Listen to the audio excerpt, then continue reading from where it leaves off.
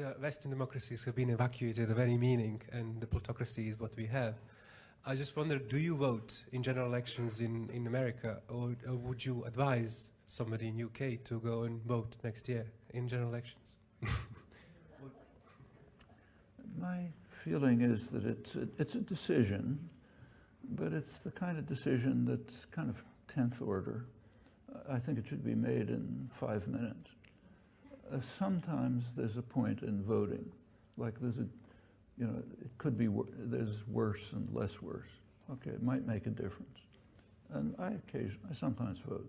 Sometimes I voted for Republicans because they were better, not in presidential elections. But most of the time, it's a very small decision.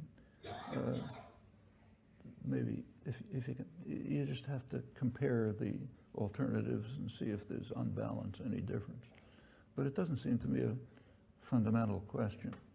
The real problem is what to do about the fact that we don't live in political democracies. That's the real problem. So take the United States, which I know better and has been studied more intensively. In the United States, it is literal. You can read in academic political science, not on the left, that about 70% of the population, lowest 70% on the income scale, is entirely disenfranchised, meaning their opinions have zero impact on policy, even their own representatives. They're simply ignored.